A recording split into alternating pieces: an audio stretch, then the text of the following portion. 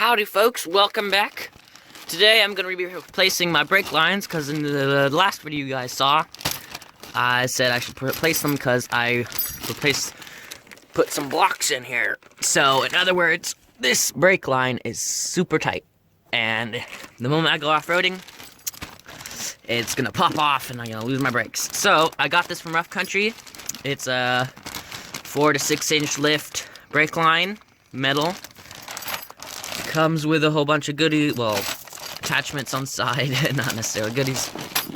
But, yeah, that's what I'm going to be installing today. Lovely.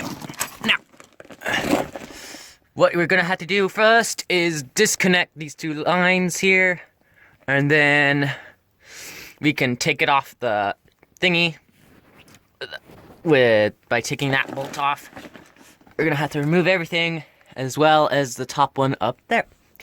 So, let's show you guys how to do it, and get this done, shall we? Okay, first things first, we can remove our singular brake lines going to each wheel, and I've already pre-loosened them, just for the ease of the video, because they probably will be tighter for you, and yeah. I'm using a 3/8 right now. I don't know if you can see that, but I'm using a 3/8 for this one, at least on my Jeep. It's going to be 3/8 for these side ones, and this other side should go the same. Just loosen it up, and they're all going to drip, but that's to be expected. So, we'll just finish these off, get everything disconnected, we'll be good. Okay, so it's mostly out. Now, we just unscrew it the rest of the way. And that's how they pop out. There we go.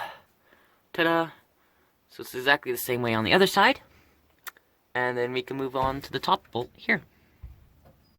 Loosen it up the rest of the way. Like so. And now we can pull it back out of its slot. Actually, we can probably just leave that in there barely while we get this bolt unloose. So, we'll get our 9/16 that we have down here. So, this one's a 9/16 that I found. But, just go as you guys think, whatever fits. So, yes, we will just quickly do this.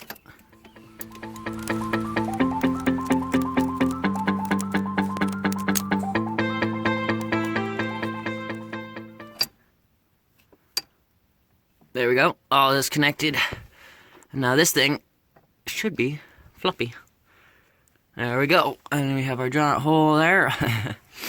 So everything's just connected in the back, because this is a piece, we're basically going to replace this rubber piece here.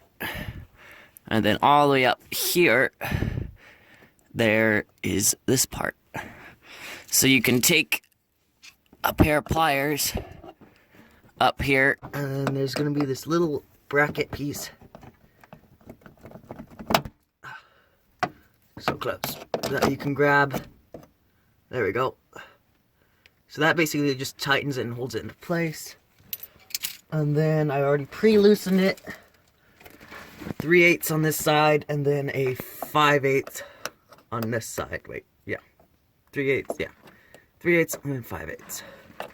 But since I pre-loosened it, we can just loosen it all the way, like so.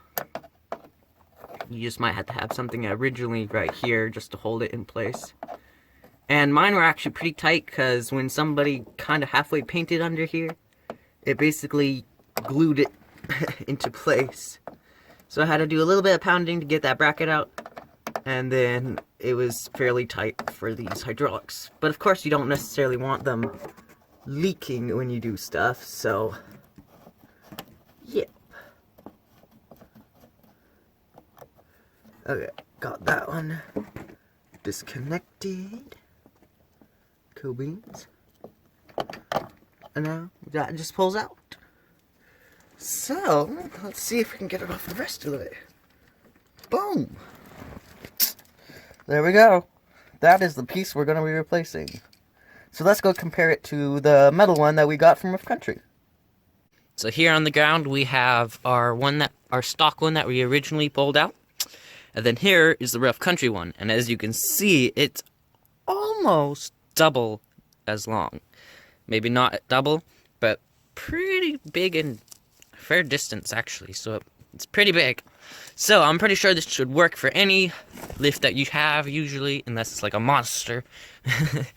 And then here it came with the clip that we took out. And I don't think we had to use that one today. But yes. So it came with them just in case. I'm going to be using that stainless steel one as well. So yeah. We're basically going to put this into place where the other one was. And we'll be golden, guys. Okay, I think I'm going to install this side first. So you just make sure you got it on the right side. I don't know if it necessarily matters which side it's flipped onto.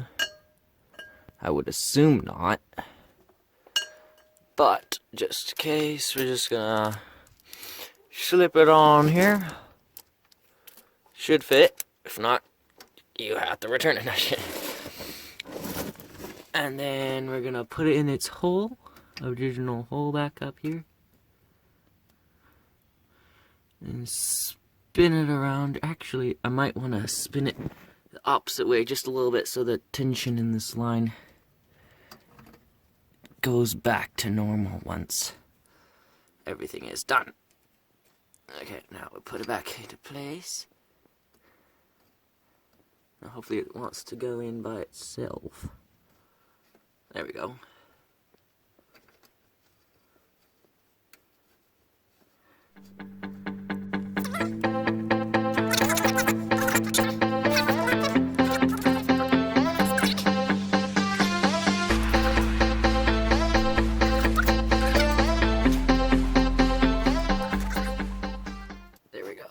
It's tightened on there. Just hand tight for now.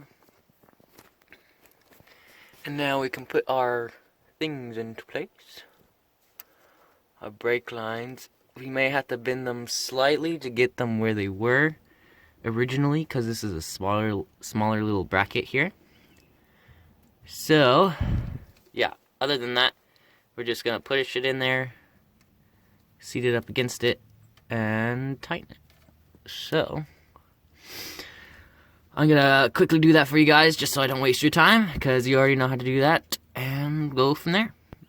Okay, I got all those timed up for you guys, and now we can take this end that we have and position it up here. Let's see, there we go. Now you just put it into place, and you'll see there might be some square fitment, but then you just push it in like so, and now you can just tighten by hand. Make sure you don't strip these threads on any of them, because that would be a real bummer. You might be replacing the whole line, and we don't want to do that. So yes, we'll be very careful when we tighten this. Now we can get our 3/8 little twisty thing and get everything mostly tight. Well, yeah, probably gonna want to get this tightened also. Alright, I got me another wrench here to hold it in place while we tighten this one up. Get it all good and tight. That way we don't have no leaks. Otherwise, yeah, might not do good things to have no brakes. Okay, so we'll tighten it up good.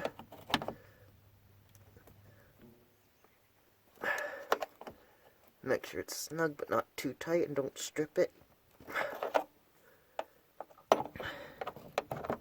And yeah, you might want to check back later when you have it all done and make sure you have no leaks. There we go. Got that done. And now, let's see. What else can we need to do? Okay. We need to put our little PC in here that we got. So it just slips into that little crack there. And then, yes. Now you can take a hammer or something and just kind of tap it in there.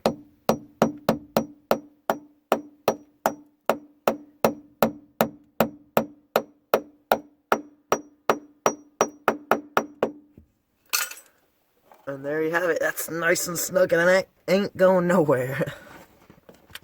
So, we have basically everything in place. So we have that all done up here, tightened. We got our little bracket in, hammered in. It's all good on this back side. And it goes down. Plenty of slop. I might attach it somewhere so it doesn't hang in the way. And yeah. And it comes down to here. I tightened all these up. And looks good.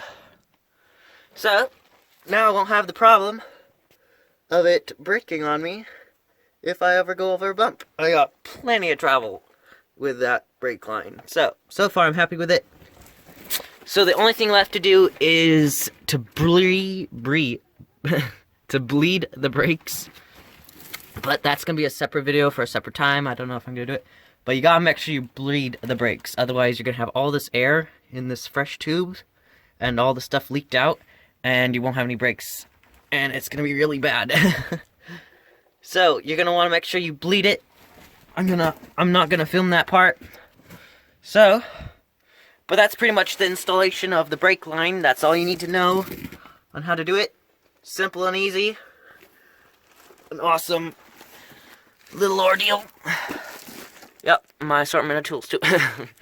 So, if you guys want to watch any more of my Jeep build, please subscribe. Doing a lot of things today. Well, to this Jeep. Soon we're going to have new tires on this thing. Can't wait. And this thing is going to look awesome. So please subscribe if you haven't already. And those who have, thank you so much. And so like this video. And I'll see you in another one, guys. See you later.